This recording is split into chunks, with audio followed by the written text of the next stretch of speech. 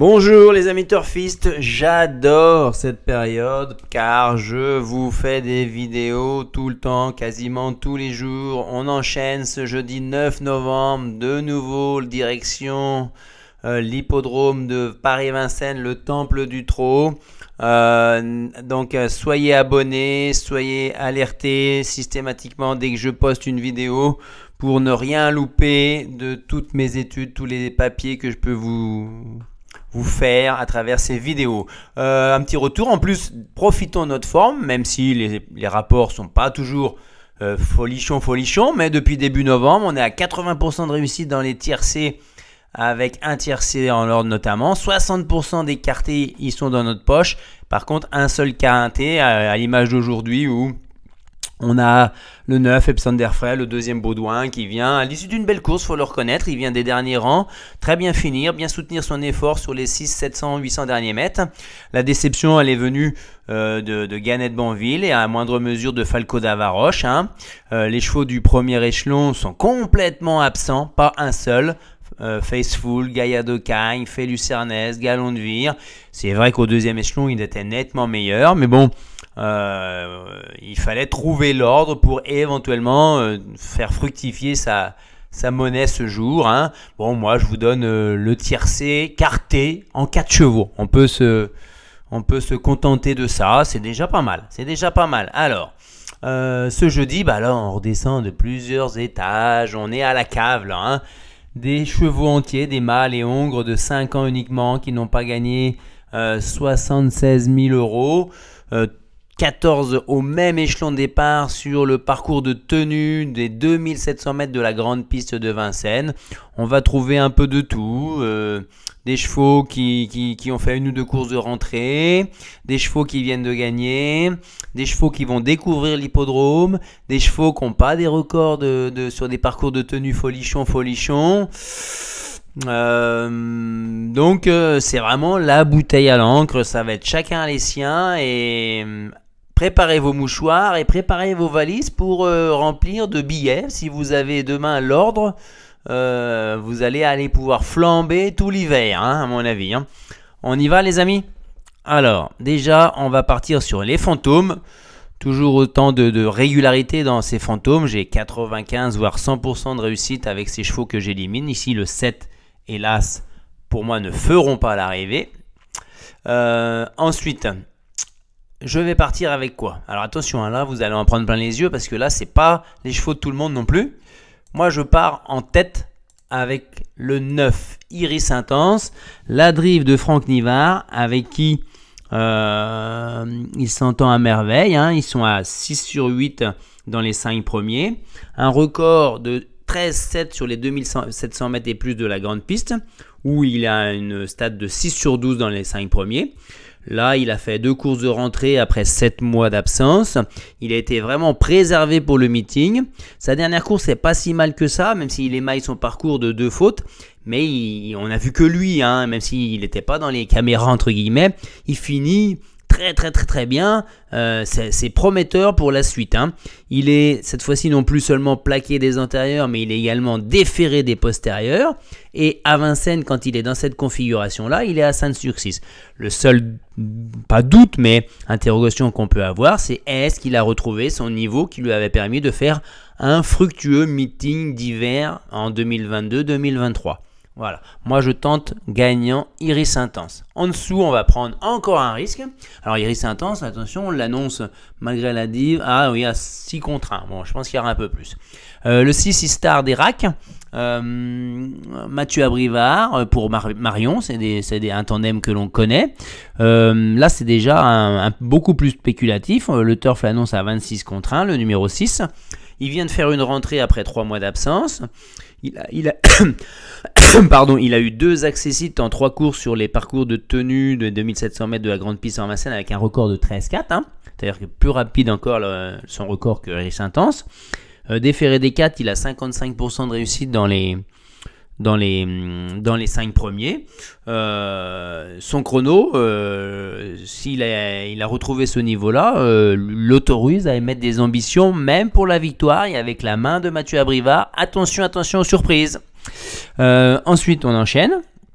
avec le 12 Imoko Madric. Attention, il y en a deux. Il y a Ideal Madric le 10 et il y a le 12 Imoko Madric. Lui, il l'annonce à 25 contre 1. Il n'a qu'une seule course dans les jambes le 1er novembre depuis le mois de mai 2023. Donc ça va être un point d'interrogation sur son niveau de forme.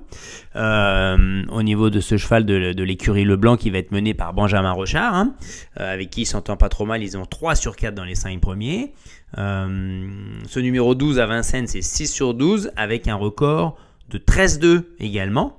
Ça en fait l'un des plus rapides sur le parcours.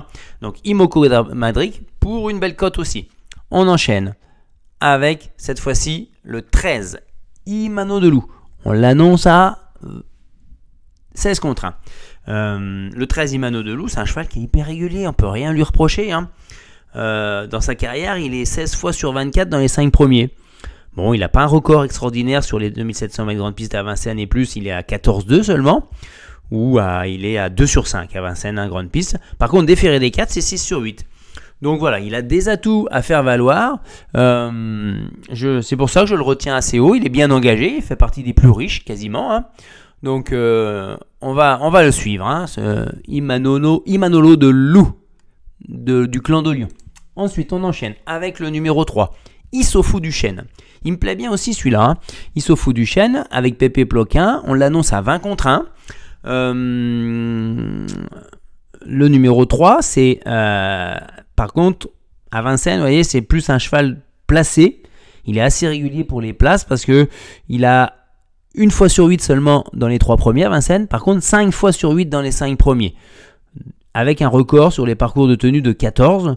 Voilà, il peut ambitionner une place de 3, 4, 5e. On enchaîne avec le 2 Impact Sport du clan. C'est De Jésus qui va le driver. Ce numéro 2, il a tout simplement 7 victoires sur ses 10 dernières courses. Attendez, là, 7 victoires sur ses 10 dernières courses et on l'annonce à 25 contre 1.